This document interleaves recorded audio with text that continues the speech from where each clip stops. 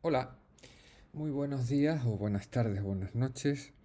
En las clases de esta semana he estado hablando un ratito sobre libros para realizar lo que podríamos llamar una invitación a la lectura. Y he pensado que quizás sea una buena idea grabar estas consideraciones, estas reflexiones, para el que le pueda interesar, de alumnos de otros años o de personas que puedan llegar a este vídeo por alguna circunstancia. Yo empezaba mi reflexión acerca de los libros diciendo que para vosotros, para los alumnos de conservatorios o de escuelas de música, es muy importante leer. Y que estamos en un tiempo en el que realmente es muy difícil leer.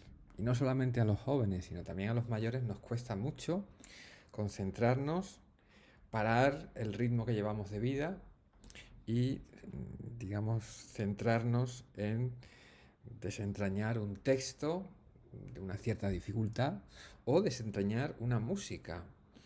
Digamos que en esta época yo creo que no me equivoco si digo que leemos poco y que escuchamos poco. O mejor dicho, leemos poco y escuchamos poco concentradamente. Estamos todo el día leyendo mensajes que nos llegan de muchos sitios, pero son textos superficiales, son textos que no nos aportan nada más que un conocimiento muy directo, muy inmediato y muy vacuo. ¿No? Igual nos pasa con la música, tenemos la música más presente que nunca, tenemos un acceso universal a todo tipo de grabaciones, pero a veces nos falta el tiempo de escuchar seriamente, reflexivamente y concentradamente obras musicales. Y yo les animaba a los alumnos en esta semana diciendo que hace falta, digamos, hacer ese esfuerzo porque y nos hace falta por dos cuestiones. En primer lugar, porque va a, digamos, si leemos bien y si escuchamos bien, vamos a ampliar nuestra percepción del mundo. Digamos, vamos a hacernos más receptivos a captar matices en la interpretación de lo que nos rodea. Es decir, que nos va a enriquecer personalmente. Pero luego nos hace falta también desde un punto de vista puramente académico. Eh, Todos los estudiantes de música, cuando acaban su grado en interpretación o en composición, en sonología, tienen que hacer un trabajo fin de grado, que es un texto escrito. Y si no tenemos una cierta familiaridad con los textos, pues esto nos resulta un trabajo casi inalcanzable. Y el resultado es que, comentando con compañeros o corrigiendo trabajos de fin de grado en los centros en los que estoy y en los que he estado, pues uno comprueba que la calidad es muy dudosa. ¿Eh? Y no porque los alumnos sean tontos, que no lo son, si son más listos que quizás en otra época, pero son alumnos para los que el trabajo con un texto les resulta más ajeno, más ajeno. Así que esto no es más que una invitación a la lectura y a leer cosas sobre historia de la música. En la exposición que he hecho, digamos, trato de algunos libros de historia de la música para que conozcamos cuál es la bibliografía más actualizada sobre la disciplina que imparto. Y luego también hago algunas sugerencias de cómo investigar cómo iniciar una investigación. Es decir, dónde mirar para encontrar referencias bibliográficas pertinentes, fundadas, digamos, sólidas en en el campo de estudio que nos interese. Bueno, voy al asunto y no me enrollo mucho. Eh, a cualquiera que se acerque a la disciplina de la historia de la música, seguramente el primer texto con el que se va a topar es el conocidísimo volumen de Groth, Paliska y Burkholder, Una historia de la música occidental. Este es un libro muy usado en los conservatorios profesionales, conservatorios superiores, en universidades de todo el mundo para alumnos que se aproximan por primera vez a la disciplina. Es un manual clásico, es un compendio muy eficaz y es un libro que se publicó por primera vez en esta edición en el año 1960, o sea que es un libro muy antiguo. Lo bueno que tiene este libro es que desde 1960 hasta ahora, o concretamente hasta 2019, ha recibido 10 ediciones. Es decir, se ha vuelto a publicar 10 veces o 9 veces Y cada una de estas ediciones ha renovado en algún aspecto su contenido. Esto, digamos, nos evidencia una cuestión que tenemos que tener bien presente, que es que las disciplinas académicas, el conocimiento va evolucionando a lo largo del tiempo. Y la forma de enfocar la narración de la historia, incluso los datos que tenemos sobre el pasado, no son igual en 1960 que en 1980 o en 2022 como estamos ahora. Así que esta que aparece en la imagen es la primera edición de esta historia de la música, y esta que aparece aquí es la 10ª edición, que es la más reciente, al menos por lo que yo tengo noticia. Como veis, el primer libro, el libro más antiguo, tiene un solo autor. Y en la portada del libro más nuevo aparecen 3 autores. Esto es porque, digamos, las ediciones han estado a cargo de diferentes musicólogos a lo largo del tiempo. Groth redactó el volumen original y falleció, y la editorial quiso renovar ese volumen y le pidió a Claude Paliska que se encargase de esas renovaciones. Yo recuerdo que la primera vez que yo accedí a este volumen solamente figuraban los nombres de Groth y Paliska. El señor Paliska falleció y hay un tercer musicólogo que está preparando las nuevas ediciones, las renovaciones de este volumen, que es el caso de Burkholder. Si este libro sigue siendo un long seller, un libro que se vende mucho y que tiene una cuota de mercado muy importante, pues durante décadas seguirán revisándose las ediciones y se irán incorporando nuevos musicólogos a esta tarea. Bien, este libro está traducido al español desde hace mucho tiempo. La última edición traducida es la 9ª, o sea, no es la última publicada para el mercado norteamericano, que es la 10ª, sino que es la 9ª. Y bueno, como he dicho, es un libro clásico y un libro básico de la disciplina que estamos hablando. La editorial que publica este libro en inglés es la editorial Norton. Y Norton quiso tener, unos años después de la publicación del libro de Groth, un acercamiento a la historia de la música un poco más profundo. Es decir, si esto cubría las primeras necesidades del estudiante de historia de la música, la misma editorial quiso ofrecer como unos manuales que presentasen un estudio más detallado de la evolución de la música en Occidente. Y por eso promovió la publicación de la Norton Introduction of Music History, que son 6 volúmenes, cada uno de ellos dedicado, escrito, encargado a un especialista, y que va abordando las diferentes etapas, entre comillas, de la historia de la música. Música medieval, renacimiento, barroco, clásica, romántica y siglo XX. Una de las características sorprendentes de esta colección, o que llama más la atención, es que desde que se editó el primer volumen, que es el de música medieval, hasta que se editó el último, que es el de música barroca, pasaron muchísimos años. Desde el año 1978, como veis ahí, al año 2005. Y en todo ese tiempo, la disciplina musicológica ha ido cambiando sus planteamientos. Por eso estos volúmenes, que se han usado muchísimo en universidades, y en fin, son volúmenes muy conocidos por aquel que ha emprendido un estudio cuidadoso de la historia de la música, tienen planteamientos distintos, no todos tienen el mismo planteamiento. Yo llamo la atención sobre un detalle que puede parecer menor, pero que a mí me resulta muy significativo.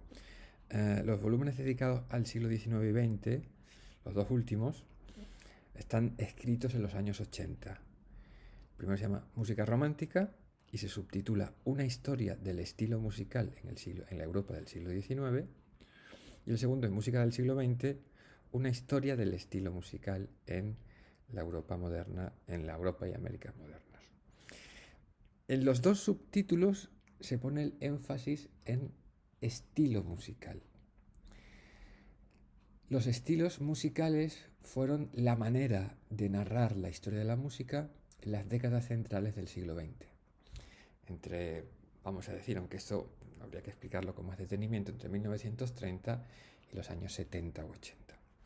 Si os dais cuenta, los volúmenes más recientes, que son los dedicados al Renacimiento y Barroco, En el subtítulo prescinden de esta consideración de estilo musical y directamente se subtitulan Música en la Europa Occidental en tal fecha. Esto parece una cosa muy sutil, pero digamos nos revela lo rápidamente que colapsó la narración de los estilos, la teoría de los estilos, para contar la historia de la música europea. De hecho, por ejemplo, en el volumen de Alan Atlas, el que trata sobre el Renacimiento, que se llama Música del Renacimiento, el epílogo de la obra lo dedica el autor a explicar por qué es difícil, inapropiado y a veces, según lo explica, parece indeseable denominar la música de los siglos XV y XVI como música del Renacimiento. Es decir, que Alan Atlas, por exigencias editoriales, titula el volumen como Música Renacentista, pero él, en 1998, a finales de la década de los 90, es consciente de que utilizar esa denominación está ya un poco pasada de moda o ya está alejada de las consideraciones historiográficas más actuales. En cualquier caso, es una colección muy interesante. Aquí os muestro la portada del último de los volúmenes que apareció, que es el de música barroca, y esta es la portada de la traducción española. Toda esta colección está traducida en la editorial Akal.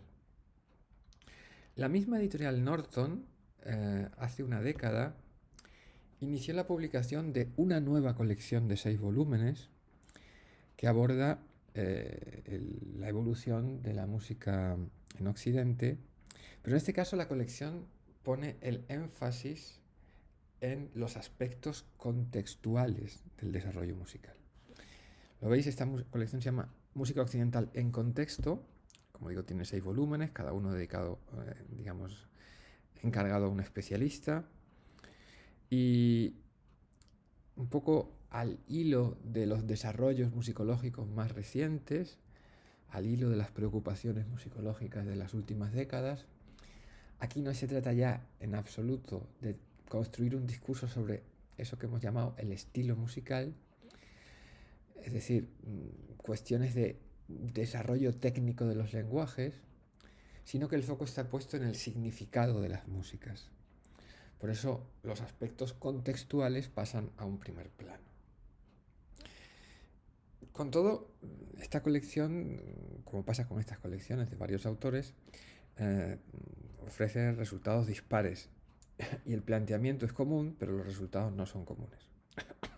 Yo os animo a que repaséis un poquito los títulos en los que se cita en el primer volumen música medieval, música en el Renacimiento, música barroca, 18, 19 y 20. Como veis, ha desaparecido la etiqueta de música clásica y de música romántica. Aquí vemos la portada del volumen sobre música del 18, que es muy entretenido. Esta colección es más fácil de leer que la anterior. Es decir, son volúmenes más ligeros, son más breves también, y concretamente este del siglo XVIII es, en fin, casi una novela, se lee con mucha facilidad y con mucho gusto. Esto está traducido al español también por la misma editorial. En el año 2005, Oxford University Press, que es una de las grandes editoriales académicas del mundo anglosajón, publicó una colección de 6 volúmenes que renovaba una historia de la música que ellos ya habían publicado hace años, ¿no? Esta historia Oxford de la música occidental está escrita por un solo autor. Y esto fue cuando salió un acontecimiento extraordinario, porque vivimos en una época en la que la especialización en los estudios académicos es muy, muy intensa. Uno trabaja un área muy concreta y difícilmente sale de ella, ¿no? Y entonces que un musicólogo como el norteamericano Richard Taruskin, por cierto, fallecido hace unos pocos meses, emprendiese la publicación de una colección de 6 volúmenes de su puño y letra, quiero decir, de su autoría, y ofreciese una visión global de toda la historia de la música, pues fue digamos, una tarea titánica y al mismo tiempo pues fue un acontecimiento editorial pues muy notable, porque además Taruskin era uno de los grandes nombres de la musicología mundial. A esta colección se le ha criticado por parte de algunos, pues una cosa que es muy obvia. Taruskin era un gran conocedor de la música rusa, un gran experto en Stravinsky, pero digamos, no tenía un conocimiento tan exhaustivo de otros periodos de la música occidental. Entonces, según algunos, pues no aborda con la misma, digamos, con el mismo detalle, con la misma exactitud, con la misma precisión, todos los capítulos en los que divide sus volúmenes. Pero en cualquier caso, esto que a mí me parece que es una crítica muy fácil y muy obvia, pero en cualquier caso esto tiene por contrapartida la ventaja de ofrecernos una mirada única sobre toda la evolución de la historia de la música. Y eso yo creo que es un valor increíble y muy apreciable en esta colección. Repasemos los títulos de los diferentes volúmenes. El primer volumen es desde las primeras notaciones hasta el siglo XVI. Segundo, XVII y XVIII. Tercer volumen, siglo XIX. Y 2 volúmenes dedicados al siglo XX. Esta división tan original nos habla mucho del planteamiento de Taruskin y yo creo que es muy interesante y muy aleccionadora para los profesores que nos dedicamos a dar clase en centros superiores de música o en conservatorios en general, porque muchas veces dedicamos demasiado tiempo a repertorios que son ajenos a la práctica musical de nuestros alumnos. Yo sé que en algún centro superior en España los estudios de historia de la música se inician con el siglo XX y creo que es una opción que, aunque tenga sus problemas, me parece muy acertada. Aquí tenemos los volúmenes de la historia Oxford y vamos a pasar a la otra gran colección en este repaso que estamos haciendo por las historias de la música generales más relevantes de los últimos tiempos. Vamos a echarle un vistazo a la otra gran colección publicada a principios del siglo XX, del siglo XXI, que es la Cambridge History of Music. Tanto la de Taruskin como esta no están traducidas al español. En esta ocasión son 7 volúmenes. Y si la anterior estaban los 6 volúmenes firmados por el mismo musicólogo, esta historia de la música es fruto de la colaboración de muchos musicólogos. Como veis, cada volumen tiene 1 o 2 editores, es decir, directores encargados, pero luego dentro, en el índice de cada uno de los volúmenes, podéis ver que son muchos los musicólogos que colaboran aportando su conocimiento para capítulos diferentes. Repasad también los títulos de los volúmenes: música medieval, siglo XV, XVI, XVII, XVIII, XIX, XX, simplemente para comprobar cómo ha desaparecido cualquier referencia a la teoría de los estilos, que aún persiste en algunos de nuestros centros y en escritos de divulgación, pero que en el mundo académico ya ha sido superada hace tiempo y es un consenso académico general, pues dejar de hablar de estas cuestiones estilísticas para apostar por denominaciones más limpias de connotaciones ideológicas y que permitan presentar la música de un determinado periodo en toda su variedad. The Cambridge History of Music forma parte de una colección de Cambridge History of cosas distintas. Y quiero llamar la atención de mis alumnos especialmente sobre este volumen dedicado a la historia de la interpretación musical. Si hay un aspecto que distingue, o uno de los aspectos principales que distingue la musicología de las últimas décadas con respecto a lo que se ha hecho en el siglo XX, es el énfasis que se ha puesto en las cuestiones de interpretación. Hay muchos musicólogos anglosajones y no solo anglosajones que se han dedicado a reflexionar y a colaborar en el descubrimiento de aspectos diversos de la interpretación musical en el pasado. Bueno, a lo que voy, que para vosotros tiene que ser de una necesidad primordial poneros algo al día, digo algo al día, sobre los asuntos que los estudios de musical performance han ido tratando en los últimos tiempos y están tratando ahora. Creo que para cualquier estudiante de música, cualquier estudiante de interpretación musical, como sois la mayor parte de vosotros, es muy útil al menos tener noticia de que los musicólogos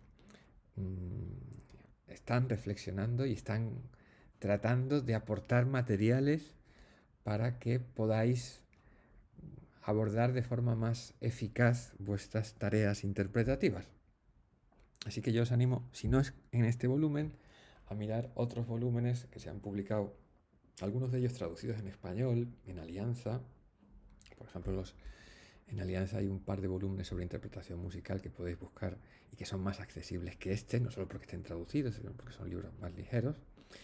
Y empezar a descubrir qué tipo de reflexiones y a qué tipo de conclusiones se están llegando en los estudios de interpretación musical. Porque además, cuando abordéis un TFG, un TFM, un posible doctorado en interpretación, este es el material del que más tenéis que tirar, porque es un material que está directamente vinculado con vuestra práctica, que resulta muy relevante. Bueno, esta colección, como digo, de Cambridge History of, tiene muchos volúmenes, no solamente dedicados a asuntos artísticos o musicales, pero sí hay otros que nos pueden llamar la atención, como el de la historia de la teoría musical occidental, o algunos locales, como la historia de la música norteamericana, que me consta que ahora se está preparando un nuevo volumen sobre la historia de la música española.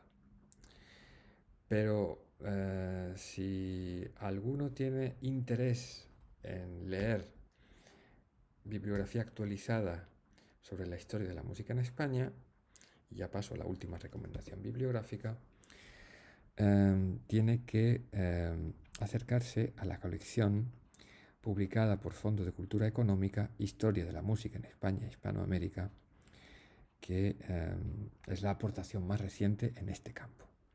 Son 8 volúmenes, cada volumen encargado a un especialista, que es el editor, es el encargado, es el responsable del volumen completo, pero en realidad dentro de cada uno de estos volúmenes pues conviven las plumas de varios especialistas, de 3, 4, 5 especialistas, que van aportando sus conocimientos para dibujar el mapa completo de lo que conocemos hasta este momento de la historia de la música en España.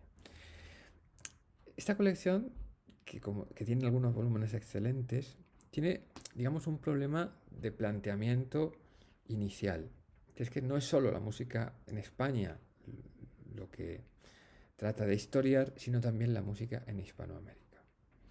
Eso se resuelve en el volumen 2, en el 3 y en el 4, tratando de integrar ambos discursos. Es decir, en estos volúmenes hay capítulos dedicados a la música en la península y otros a la música en el otro lado del océano. A partir del capítulo del volumen 5, la decisión fue desdoblar, digamos, en tomos que tratan, por ejemplo, la música en España en el siglo XIX y otro, la música en Hispanoamérica en el XIX. El séptimo que trata la música en España en el siglo XX y otro, la música en Hispanoamérica en el siglo XX. Este planteamiento a veces funciona bien, a veces funciona algo peor. En cualquier caso, es una colección absolutamente necesaria para todo aquel interesado en conocer el estado de la investigación los avances últimos respecto a lo que se conoce de la historia musical de nuestro país. Aquí os dejo la foto para que tengáis una imagen un poco visual del tipo de volúmenes del que estamos hablando. Y con esto cierro las consideraciones sobre, consideraciones o simplemente una presentación de algunas de las colecciones actualizadas de historia de la música más importantes. No digo que sean los mejores libros los que yo aquí he presentado. Por ejemplo, no he citado, hablando de la música del siglo XIX, el volumen que publicó Dalhouse en los años 80, que sigue siendo pues, una referencia insoslayable y maravillosa. O hablando del siglo XVII, no he hablado del volumen de Lorenzo Bianconi, que es también de los años 80, creo, o de principios de los 90, que son manuales o libros, ensayos sobre periodos históricos absolutamente inspiradores aún, sino que me he referido esencialmente a lo que está escrito en inglés en las grandes editoriales académicas y de forma relativamente reciente, en los últimos años, ¿vale? En fin, que hay muchas cosas, pero que esto nos puede servir para establecer un mapa de lo que hoy en día podemos decir son las últimas aportaciones al campo de estudio que nos interesa. Antes de terminar, me gustaría tratar de orientar a los alumnos en unos primeros pasos de investigación. Más que de investigación, yo diría que los primeros pasos de indagación. Vosotros sois músicos, vosotros amáis determinados repertorios y estoy seguro que muchos de vosotros queréis conocer más cosas sobre los repertorios que amáis. Puede haber un apasionado por la música de Beethoven, un apasionado por la música del siglo XX o por la música de Johann Sebastian Bach. Y digamos, la aspiración de muchos de vosotros, sin duda, es profundizar en el conocimiento de estas músicas por las que sentís una especial afinidad. Lo que ocurre es que a veces, cuando buscamos información sobre autores, sobre géneros, lo hacemos con una cierta desorientación. Tenemos una herramienta maravillosa de búsqueda que se llama Google y que todos utilizamos, pero Google Google por su propia naturaleza nos ofrece resultados un tanto aleatorios, ¿eh? Y esto se ve mucho, por ejemplo, cuando se corrigen trabajos fin de grado. Que un alumno quiere abordar el trabajo, yo recuerdo un trabajo que corregí sobre Schubert, concretamente sobre una obra de Schubert, no vamos a decir cuál, para que nadie se sienta aludido.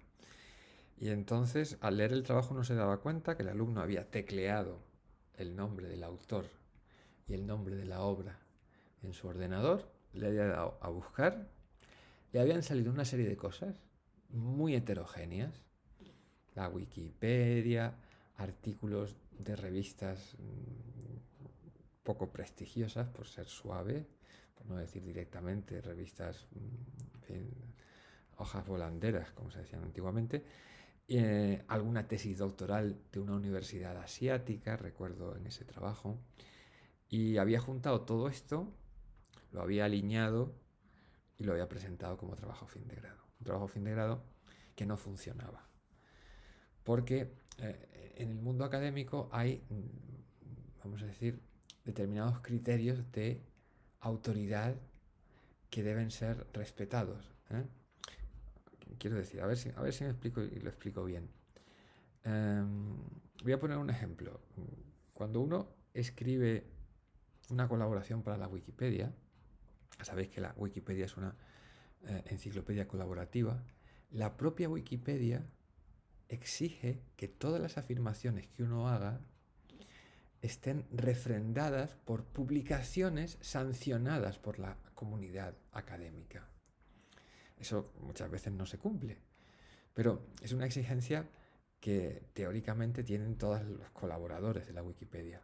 Por eso, en ocasiones cuando leemos artículos vemos cita requerida, porque fin, yo no puedo hacer una afirmación sin que tenga el respaldo de una publicación en, digamos, en un medio académico reconocido. A lo que voy, que si nos interesa cualquier tema, queremos acercarnos a indagar o a investigar sobre cualquier tema musical, tenemos que procurar que las fuentes de información que tengamos sean de una cierta calidad. De una cierta calidad no, de la mejor calidad posible. Entonces, pongamos el caso de ese alumno que quiso plantearse hacer un trabajo sobre Schubert o sobre una obra de Schubert. Pensemos en Viaje de invierno. Pues yo lo primero que le aconsejaría es que se acercase al primero de los libros que hemos citado en este vídeo, que es el de Groth, Paliska y Burkholder. Este libro, que nos puede gustar más o menos, a mí no me apasiona personalmente, pero tiene una cosa que a mí me gusta mucho, que es que al final del libro, hay una relación de lecturas recomendadas para cada uno de los capítulos. Pongamos por caso que Schubert aparece en el capítulo 7 del libro. Pues tú vas al final y buscas qué lecturas recomiendan para el capítulo 7 y concretamente para el apartado en el que habla de Schubert. Ahí vas a encontrar 5 o 6 referencias de las que el autor del manual considera que son, por ejemplo, las mejores biografías de Schubert, los análisis más acertados de su música o los ensayos que abordan algún aspecto de su producción o de su personalidad de manera más eficaz.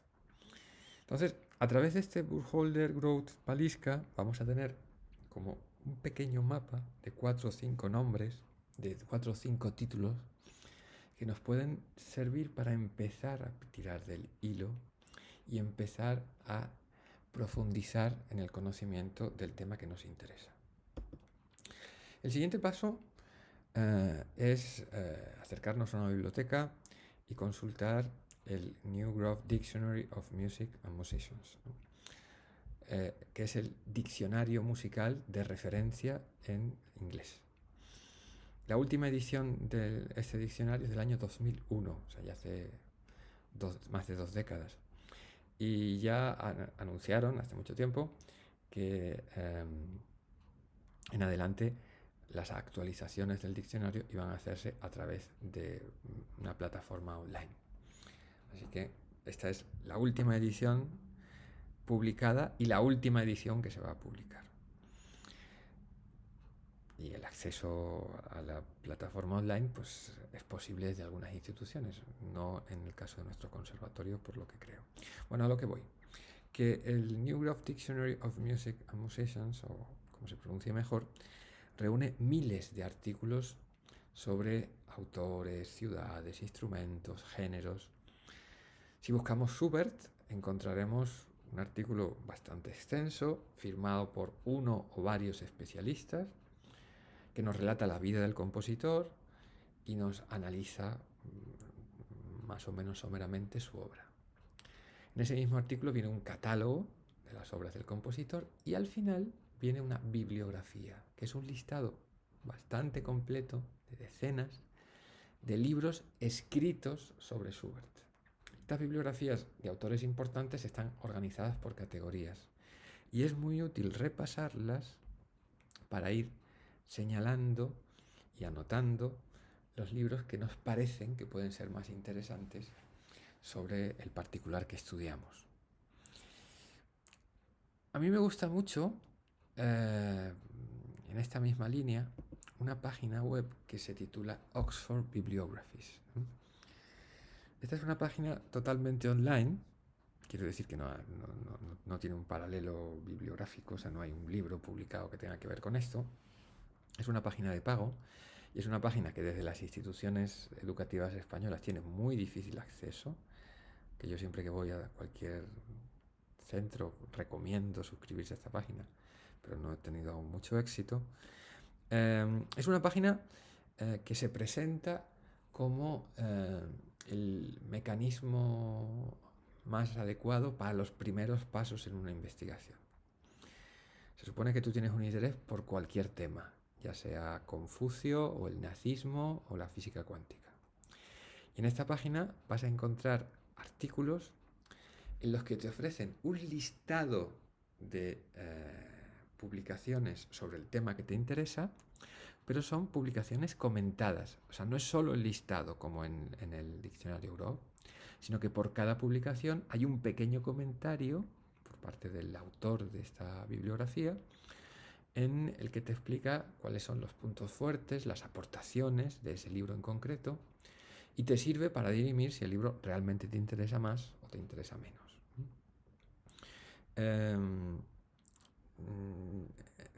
Oxford Bibliographies trata todo tipo de temas, todo tipo de campos de conocimiento, y en la actualidad hay 273 bibliografías sobre música.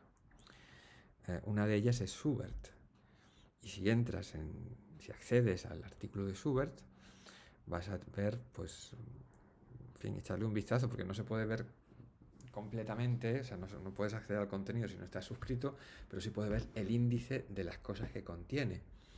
Pues hay un apartado que es sobre biografías de Schubert, análisis de su música, recepción, contextos, en fin, un panorama de la bibliografía bastante completo acerca del autor o del personaje o del género o del asunto que nos ocupa, ¿no? Con las 4 o 5 referencias del Growth, con lo que encontremos en el Grove y en el Oxford Bibliographies, se puede establecer un mapa de lo que se ha escrito y de lo que se conoce sobre un determinado campo de estudio. Luego los mapas están para recorrerlos o para seleccionar aquello que queremos recorrer. Es decir, esto no implica que si haces, digamos, un estudio bibliográfico sobre el asunto que te interesa y te resulta una lista de 30 publicaciones, te las tengas que leer todas para hacer el trabajo. Pero sí tienes que saber que existen, conocerlas y luego centrarte en aquellas que aportan más al planteamiento que tú has tomado para indagar en el asunto que te interesa, ¿vale? Antes de terminar, me gustaría recomendar, como hice en clase, otra colección que yo creo que es muy útil para estudiantes de conservatorios, que es el Cambridge Companions to, o sea, estos resúmenes Cambridge de diferentes temas. Como en Oxford Bibliographies, este Cambridge Companions to trata de 1.000.000 de cosas diversas y no musicales la mayor parte. Pero hay 89 libros dedicados a cuestiones musicales, a compositores, a géneros, a estilos, a instrumentos, y son una introducción muy interesante para conocer el estado de la investigación sobre los asuntos que se abordan. El libro está editado por un especialista, pero luego cada uno de los capítulos corre a cargo de otro musicólogo, de otro experto. Yo creo que cualquier estudiante de violonchelo debería echarle un vistazo a este Cambridge Companion to Cello. Cualquier interesado por la sinfonía, o por el concierto, o por el cuarteto de cuerda, o por un compositor en particular, debería tener acceso a estos volúmenes porque son sencillos, son relativamente breves, están escritos en un estilo bastante amable, es decir, tienen un carácter de alta divulgación, pero de divulgación al fin y al cabo, que yo creo que están muy adecuados para el tipo de público como somos nosotros, es decir, como estudiantes de conservatorio que amamos la música, pero que no tenemos a lo mejor una práctica en la lectura de textos complejos, de textos académicos muy profunda. Bueno, era esto lo que quería contaros básicamente, que era un poquito lo que estuvimos hablando en clase, aunque en clase lo expresé de manera quizás más más extensa y más directa. Pero como estuve explicando allí, de lo que se trata simplemente de hacer una invitación a la lectura. Lo que dije al principio, tenemos que luchar contra estas fuerzas sociales que nos impiden concentrarnos en desentrañar textos musicales y textos literarios que nos aporten cosas interesantes para nuestro crecimiento. Como comentábamos en clase también y como comentaba yo con algún colega, todavía no se ha inventado un instrumento más eficaz para transmitir el conocimiento que el texto escrito. En cualquier texto escrito vais a recibir más información que en decenas de vídeos, que en podcasts, que en... Todavía el ser humano no ha desarrollado ningún mecanismo cultural más eficaz que el texto escrito para conservar y transmitir el conocimiento. Así que tenemos la obligación de acceder a este tesoro y aprovecharlo pues, en nuestro beneficio, tanto profesional como humano. Muchas gracias, un abrazo y hasta otra.